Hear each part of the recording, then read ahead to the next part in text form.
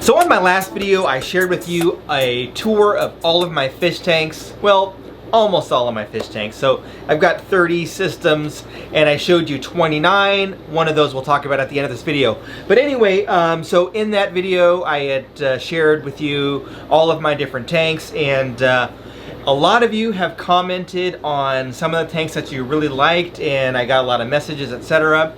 And two that really stood out for a lot of you are the MUDSKIPPER tanks.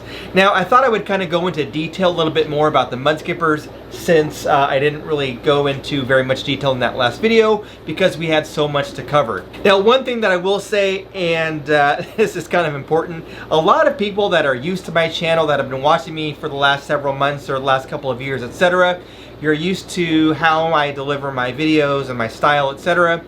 New people that are watching these videos often comment about how you want to see more footage of the fish and less footage of me talking about the fish. So what I will do is I will take a bunch of B-roll to satisfy all the new viewers, so that while I'm talking we can look at the different tanks so that you can see the fish and see the tanks as I'm talking about them, instead of just staring at me in my too tight of a t-shirt talking about the fish. So anyway, so let's get started. So I have two different types of MUDSKIPPER tanks.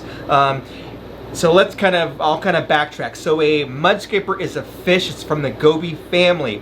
A lot of people think that they're amphibians, but they're actually fish. They just happen to be able to spend a lot of their life outside of the water. As long as their skin is moist from the water, they're able to spend some time, or quite a bit of time, you know, above the water and on land, etc.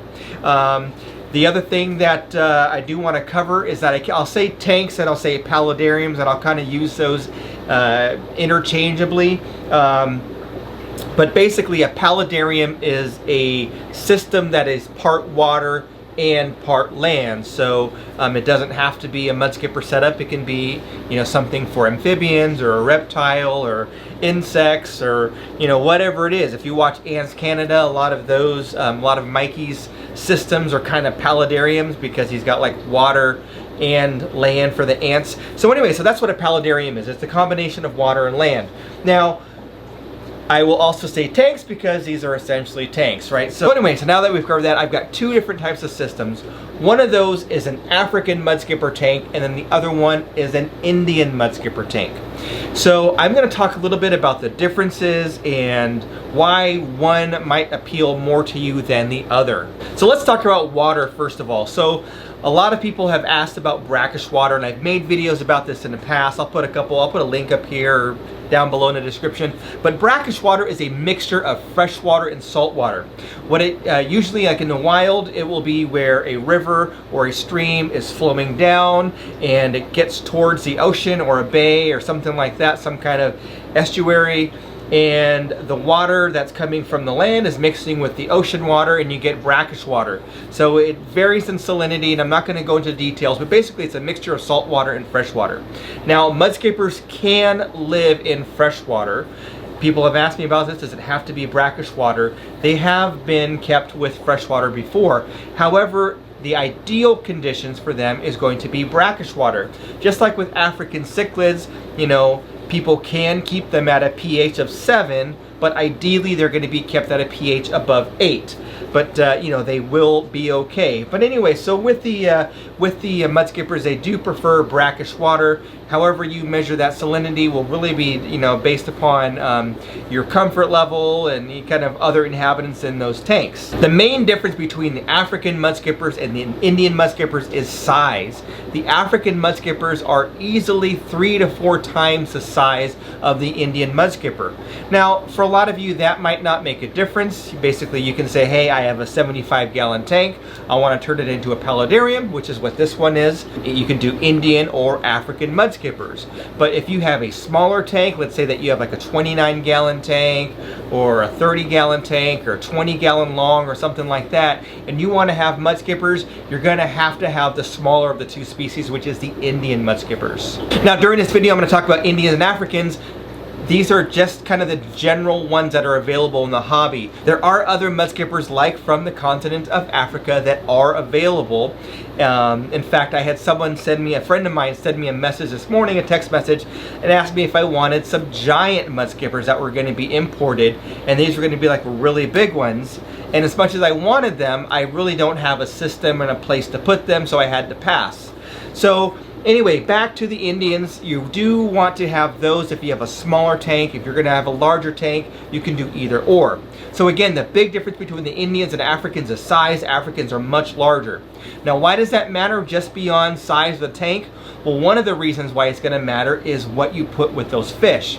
With the Indian mudskippers, because they're smaller, you do have options of putting other smaller fish with them, so you don't have to worry about predation. So for example, in the Indian mudskipper tank, I have a bunch of bumblebee gobies. They are a part of the goby family. They're a very small, beautiful goby fish, but they are too small to go in with the African mudskippers. It is very likely that if I put the bumblebee gobies in with the African mudskippers, they would get eaten because the African mudskippers are much larger and would eat them. With the Indian mudskippers, they cohabitate just fine, and I don't have any predation issues. So if you want to have kind of a nice, serene, simple paludarium, and you want to have mudskippers and some fish, maybe you're going to do some, some mollies, or you're going to do, some guppies and things like that, or gobies, or some other kind of cool fish or something small, you're going to want to go with Indian mudskippers because they're not going to eat them.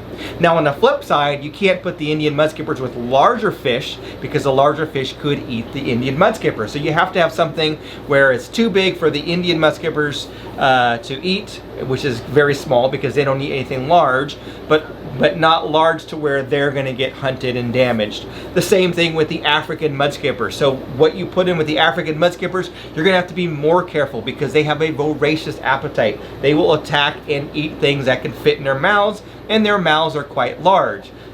Previously, I had put some guppies in here as a trial. A couple of the guppies got eaten immediately, and they were full-size adults. I decided to not do that and just stick with the figure 8 puffer. Later on, I did add some other guppies in here. These were not special guppies that I was raising for keeping, but they were just kind of some extra guppies that were going to get cold. And I figured I would just throw them in there as kind of a trial, and I put a whole bunch in there.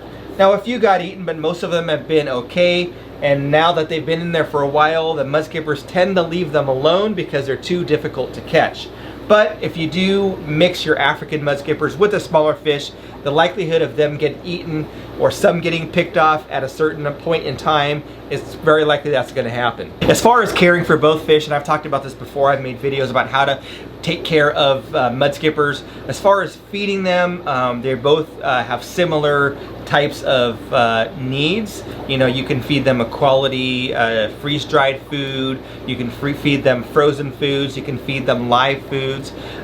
Sometimes people can get away with feeding them pellet food and flake food. My Indian mudskippers will eat flake food. My African mudskippers sometimes will eat it, but for the most part they like freeze-dried foods, meaning like mealworms, small crickets, or I'll give them frozen bloodworms, etc.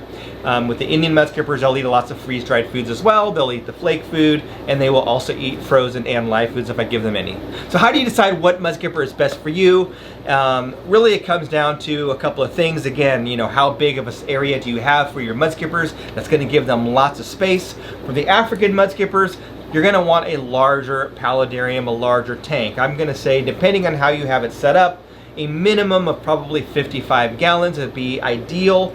If you do have a 55-gallon paludarium set up, you're going to want more land than I have in the 75-gallon. The reason why is a 55 is narrower than a 75-gallon, so you're losing a lot of kind of land area, surface area for them to run around on. So you will want probably more land than water if you do a 55 gallon. Otherwise, a 75 gallon on up will be just fine for the Africans. If you want to do something smaller, again, Indian mudskippers will be better.